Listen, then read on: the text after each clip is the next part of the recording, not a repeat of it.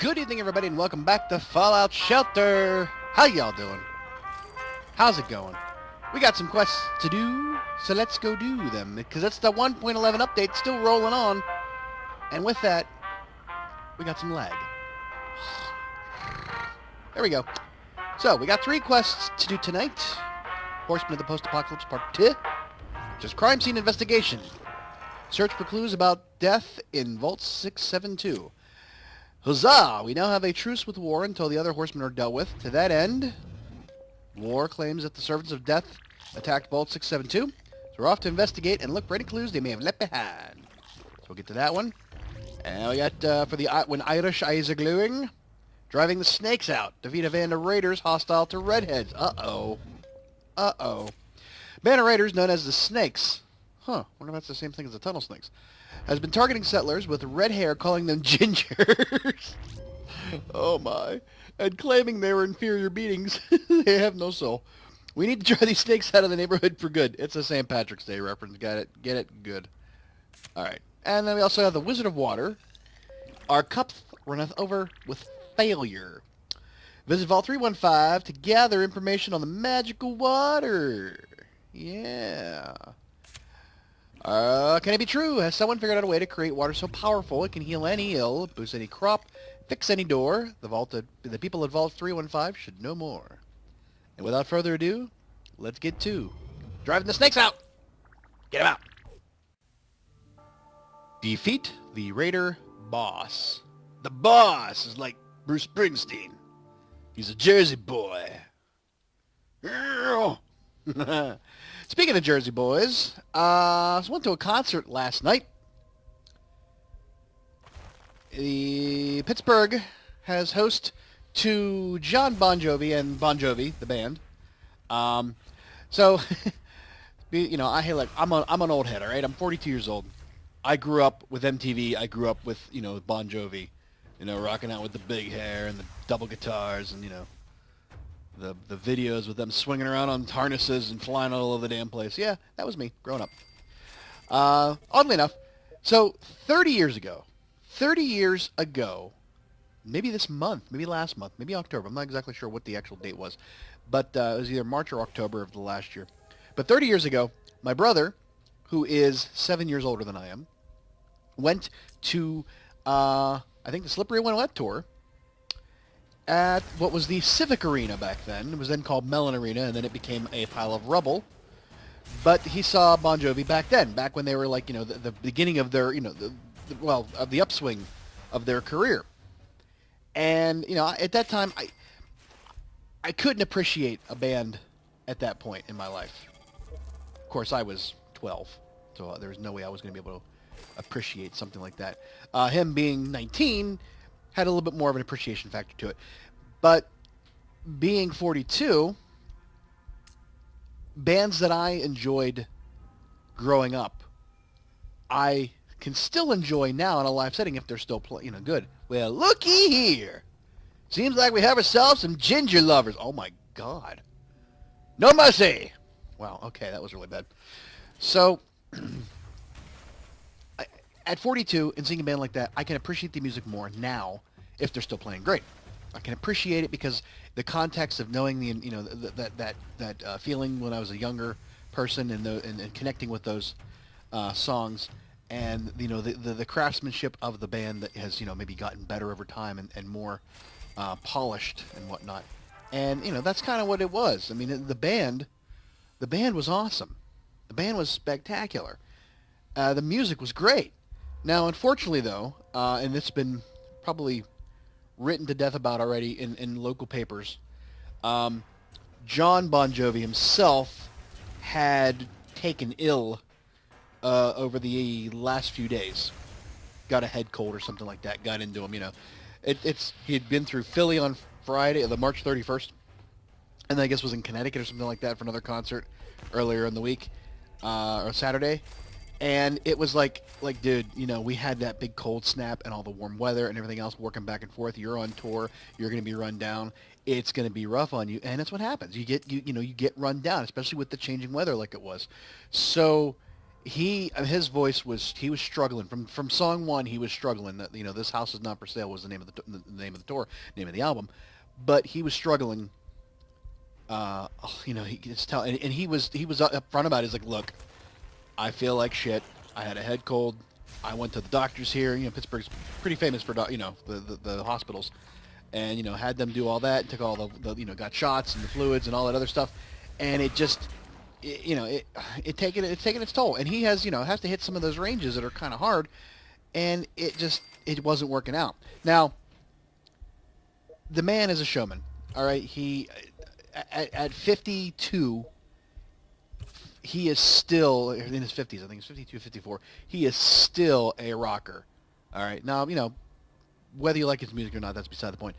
But just as musicians, they are, really good. Uh-oh. What's this?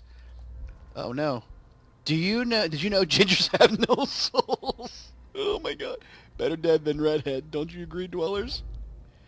Is that really what you think, boyo? Yeah, they're girls. I think you're about to get your wish. I guess we'll have to agree to disagree. Is that really what you think? Thinking's for chumps and losers and gingers. Okay, so this is kind of topical if you think about it. Just replace gingers with something else. Anyways, so he long story short, it was supposed to be a 2.5-hour show, and it got cut down to an hour and a half because he just couldn't continue. Now the cool thing was he apologized for it up front. He continued to go on. It was still a great concert from that point on. And then he was starting to feel it a little bit more. And he's like, look, is anybody else there? He's like, this is what I really need a karaoke band for. He's like, is there anybody out there that can sing? And it's like, people starting to hold up hands. Like, yeah, I'll sing. It's like the inclination is to go, I want to be on stage. And he kept going down. He was like taking a break, giving a chance to catch his breath and all that other stuff. And it was just funny that he was playing this out. And then he's like, something about, can you sing Born to Be My Baby? And, some guy was out in the audience like, yeah. So he and it wasn't just like a hollow offering of, like this is banter back and forth between the crowd and the performers. He got him up on stage. Now, if you read any of the articles about the show in Pittsburgh on April 5th, you're going to see a guy by the name of Brad mentioned. And Brad went up on stage and sang. Now, Brad may or may not be a professional singer. I don't know. I couldn't hear the conversation he had because you could only hear what John was saying. You couldn't hear what Brad was saying. But in any case, Brad starts saying, look like a hipster. It's funny. But Brad starts singing Born to Be My Baby, and he's not half bad for just stepping in on stage in front of 16,000 people. It was kind of impressive. And it was a highlight of the night, and it became like a running gag of like, oh my God, Brad just nailed Born to Be My Baby. Brad is continuing on with them on tour. Brad has just signed a 3-record deal with Virgin Records. Oh my gosh, can you believe it? Brad is dating a Kardashian. Holy crap, Brad is in rehab. Oh, Brad's come out of rehab and ready to go back on tour.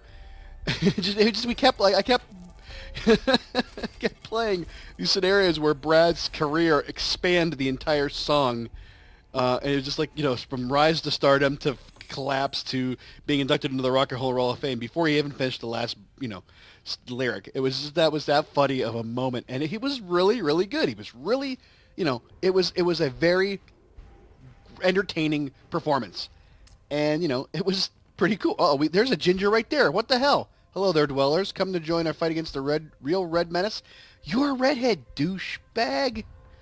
What do you say? Why such hate for redheads? I say you care way too much about your hair color. I say it's time to get all St. Patty on you snakes. Wow. Let's say why such hate for redheads. A bonny lass once broke my heart, and I couldn't deal with it. Aw, he's passive-aggressive. Taking it on other people. So, the concert ended early, unfortunately. Good song still. Got to hear some great songs from the old days, and the new stuff is pretty decent. And, there was no encore. It was like, you kind of expected there to be more, but, when they turn the lights on, you sort of know. All right, we beat the Raider boss, but we got some more rooms to go through here. Wasn't much of a challenge, if you ask me. But we walked out, walked across town to get our car out, and we were waiting for the car to be delivered. We parked in a valet parking, and they were bringing it around, and there's other people wearing the T-shirts. Don't be that guy. Wearing the T-shirts of the band they were going to see. And they're like, oh, we paid for we paid that much money. They should have put a full concert. They should have canceled ahead of time. I'm like, shut the hell up. You got an hour and a half worth of music from them. It was great. It was a great show. It sucks that he got sick. It's probably unavoidable, and in some ways. And you go message the damn TV stations and bitch about wanting your money back. That kind of shit. It just ruins it for everybody. Ruins it for everybody. He didn't have to do that. He could have just limped his way through. He powered through. You could tell it was hurting him because his entire face, he looked like he was gonna pass out. So, I just think that was dumb. And but Brad, oh my gosh, Brad, he was so awesome. Somewhere tonight, the Brad was getting some. That's how bad it was. That's how good he was. All right, we finished that one off. Let's bring everybody back in. I almost said Brad again. Wow, Brad again. That's something different. 3 Nuka-Cola Quantums, some recipe fragments, which we don't care about, and a camera. All right, they're coming on back in. I got 4 hours to go. We're going to let them come back in because this will be Friday's episode. And we can give them the weekend to get back in. All right, our cups runneth over with failure. Let's go. Get more info on the so-called magical water. Magic water, Jenny. All right, so yeah, good concert. My brother saw them 30 years ago at the Civic Arena. I saw them 30 years later at the PPG Paints Arena. Pretty damn cool, if you ask me. To thread that needle to time between, 2 members of a family, like that kind of thing. It wasn't planned. It was a surprise because I met Megan by, somebody asked me to Photoshop her picture. I told you about this with Jon Bon Jovi, and then I saw that they were coming. It was a Groupon. I never tried Groupon before. It was half-price tickets. I couldn't, pass that up for the idea. And so I said, why the hell not? But it got me thinking about, how, I said my brother went to them 30 years ago, and I was 12, and I was trying to think about when my first concert was. My first concert, and like I said, I'm going to date myself here. This is going to be horribly, awkward for, who are these people, and why would you ever go to see them in concert? But, you have to understand something of the 90s. So my first concert was actually Bryan Adams. The Waking Up the Neighbors tour. Oh, I'm such a dork. And yeah, Waking Up the Neighbors, the album that came out after Robin Hood, Prince of Thieves, Worth the Everything I Do song, and all the other songs that came out of that. The heyday, the end of the heyday for MTV and Bryan Adams in there. But the opening act was... Oh, and I had to interject this. So the coolest thing about this entire situation is, and to say, about Jon Bon Jovi and his illness and all that other stuff, the guy is a stand-up guy. They didn't hire some well-established, band to be their opening acts. They held contests for bands, non-professional bands, or, not signed bands or whatever, to be the opening act. And for Pittsburgh, it was this place called Interlochen, which is in Michigan. Interlochen singer-songwriters from the Interlochen Singer-Songwriter Academy, consisting of 4 girls and a guy on drums, and then they were all singers and played instruments, guitar and keyboards and sang. And, these are high school age college, maybe young college, that might be boarding schools. They were pretty good. I mean, you have to understand something. These guys were singing in front of 16,000 screaming fans at the arena, and it was a pretty damn good, opening act. And they played for about 45 minutes, about 5 or 6 songs, in between talking only a little bit. But, can't. The fact that he had a contest for an opening band who won and got the chance to be on stage in front of him, an open for Jon Bon Jovi. I mean, that's still a really big feather to put in your cap as far as being a musician. So good on them. And then, the local paper gave them shit. And I'm like, look, dude, come on. Who are you expecting to get? So, anyways, back to my thing. Yeah, so Bryan Adams finished. The opening act for them was The Storm. The Storm was a band comprised of previous members of Journey.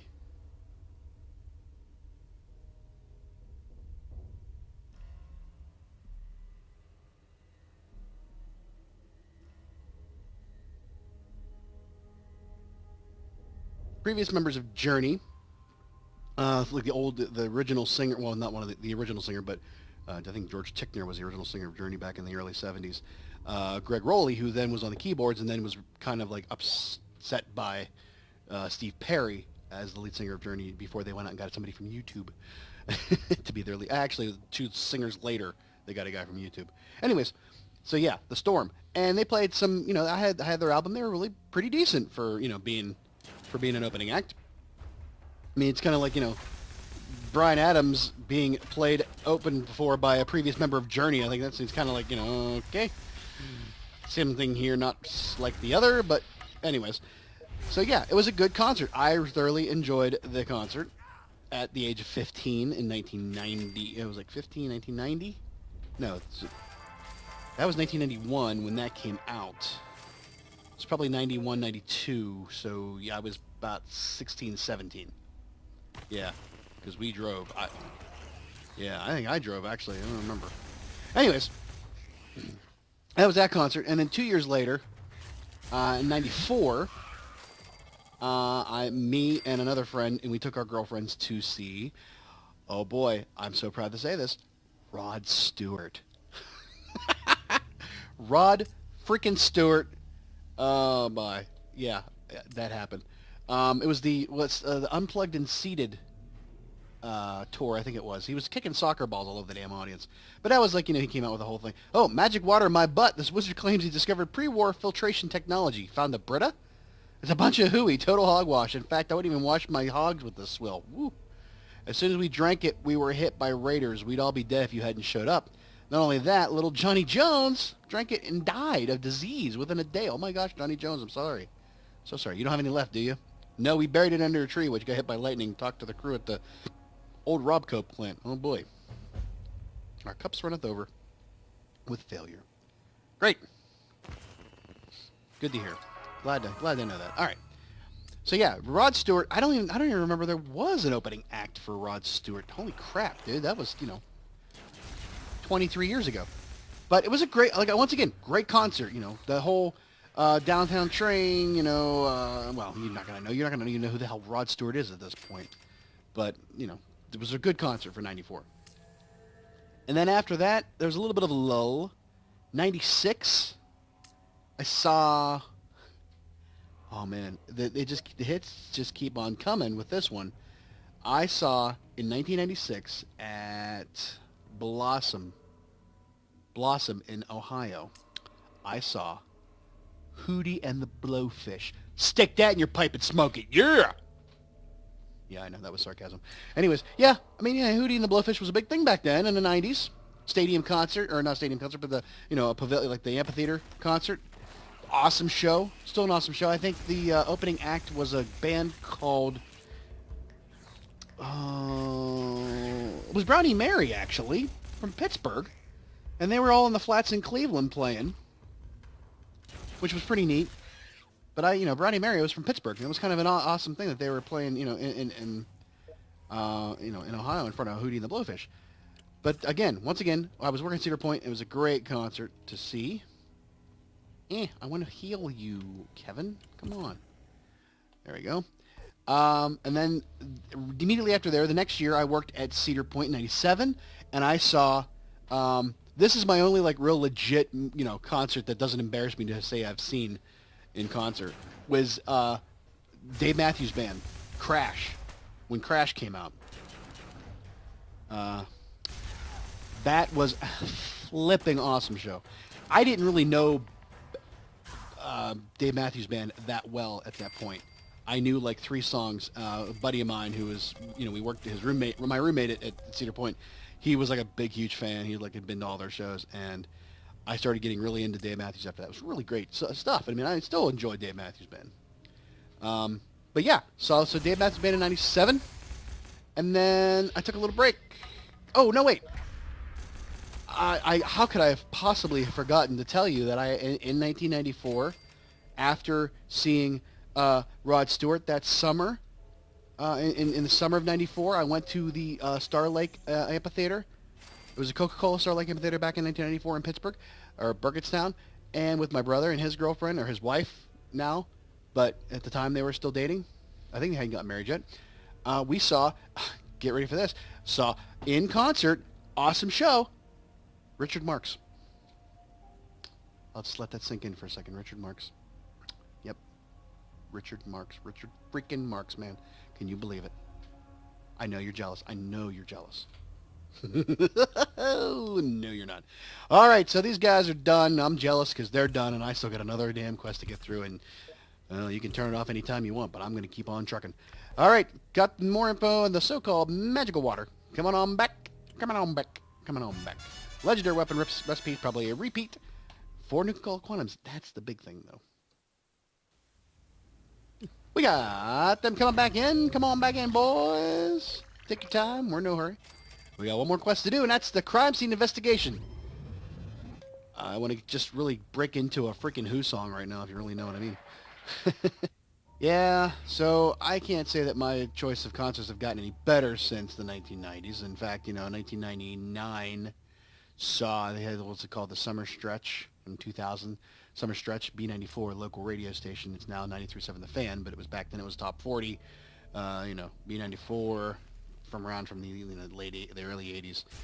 But they had the Summer Stretch, and it was like Third Eye Blind and, all these other bands and Beautiful South and Macy Gray. And Macy Gray just wouldn't get off the damn stage. We're like, do we want to see something else besides Macy Gray? It just didn't happen. She just wouldn't shut up. It was funny. But after that, Bare Naked Ladies. I saw Bare Naked Ladies in Civic Arena. It was still Civic Arena at the time. I don't think it was Mellon Arena yet. It might have been Mellon Arena. Probably about 2004, 2005.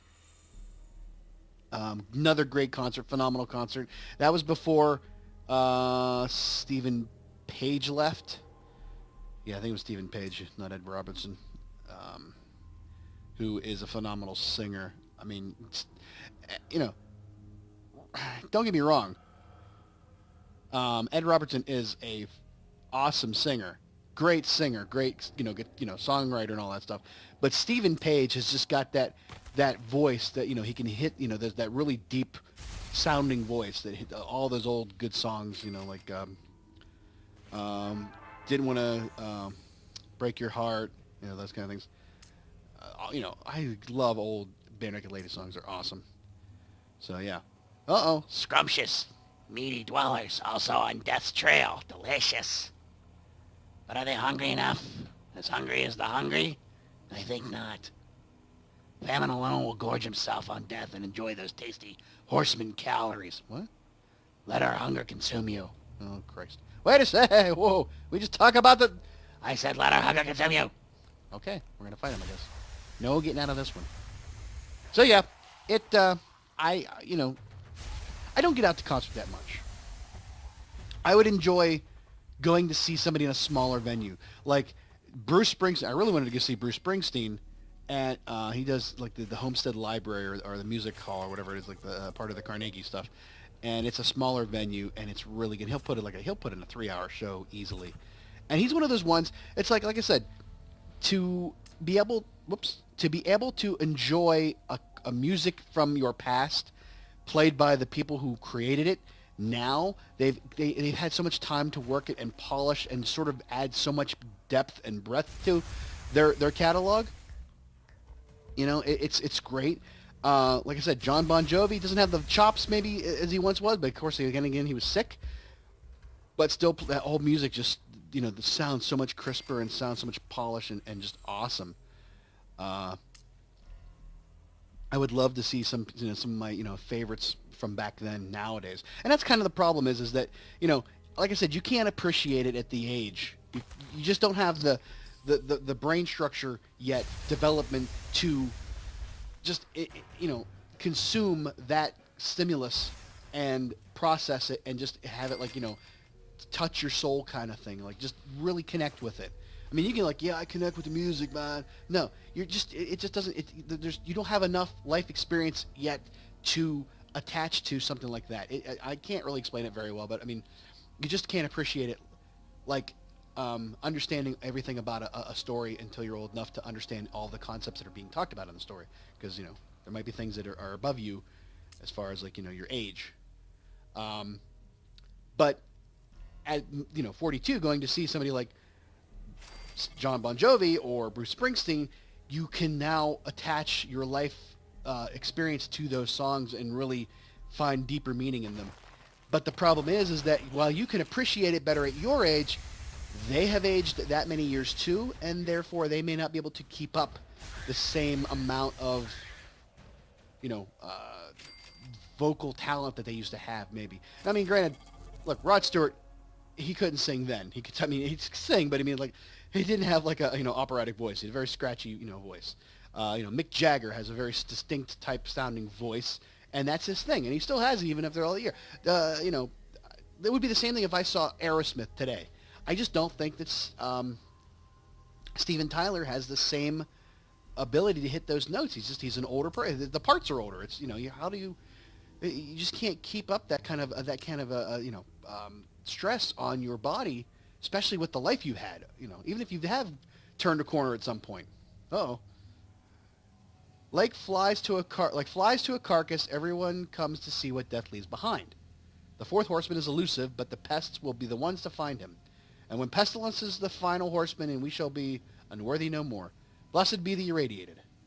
But your entire philosophy makes no sense, and pest is a stupid name. Your lies can't be heard over the sound of how unworthy we are. Oh my God.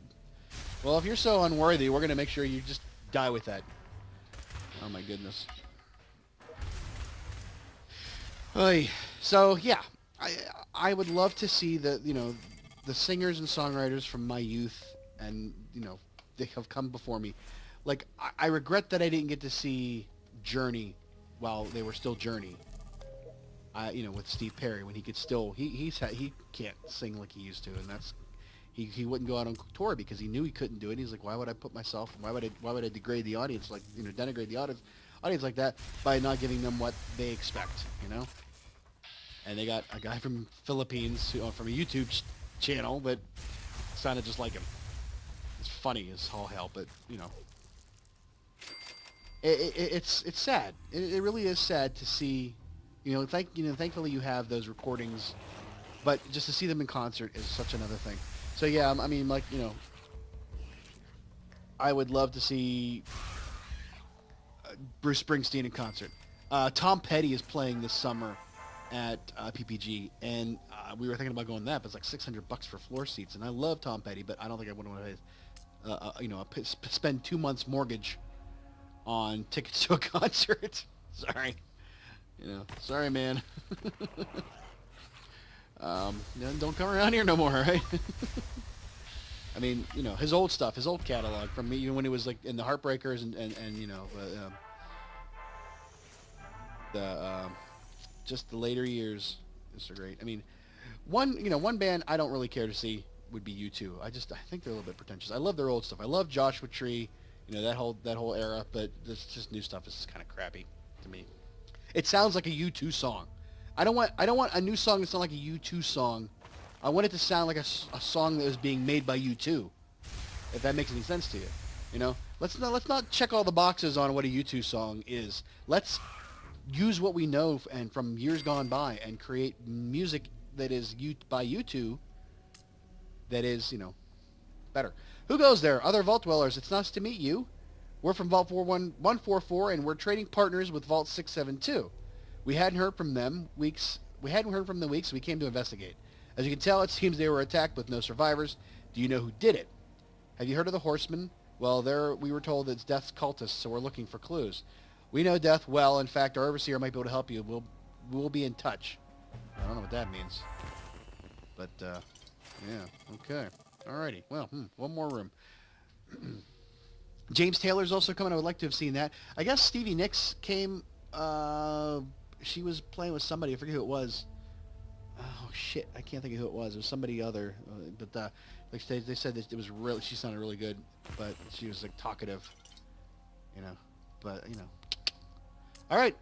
So that's the end of that. We got all the quest stuff done. Yay! Yay! Jacob and Randy and Matthew. Heal y'all up. Bring y'all back. Alrighty. Repeat recipe fragments, laser rifle, and 2 Nuka-Cola Quantum. We're getting the Nuka-Cola Quantums, people. Alrighty then. They're coming on back. Bark, bark, bark, bark, bark, bark, bark. They'll be back in a while. And we will get all our stuff and start the next set of quests. I think we're going to end it here tonight just to get it done because we're not going to waste the nuclear quantums just yet. I got some time to deal with that. And then we will get set up for the next quests on the 1.11 update. Woohoo! Oh yeah! So, yeah, there you go. All right. Hey, it's not just about me telling you stories about my life and everything else. If you want to tell me a great concert story, a phenomenal story about going to see your favorite band or, whatever, please feel free to use the comment section to do that. Don't just, give me lip service to get me to like your channel, of course, because that's always a pain in the ass. And a raid attack. Oh, boy. But, yeah. Engage. And have a discussion, and we'll see you next time here on the Angry Cast with Fallout Shelter. Have a good one. Bye-bye.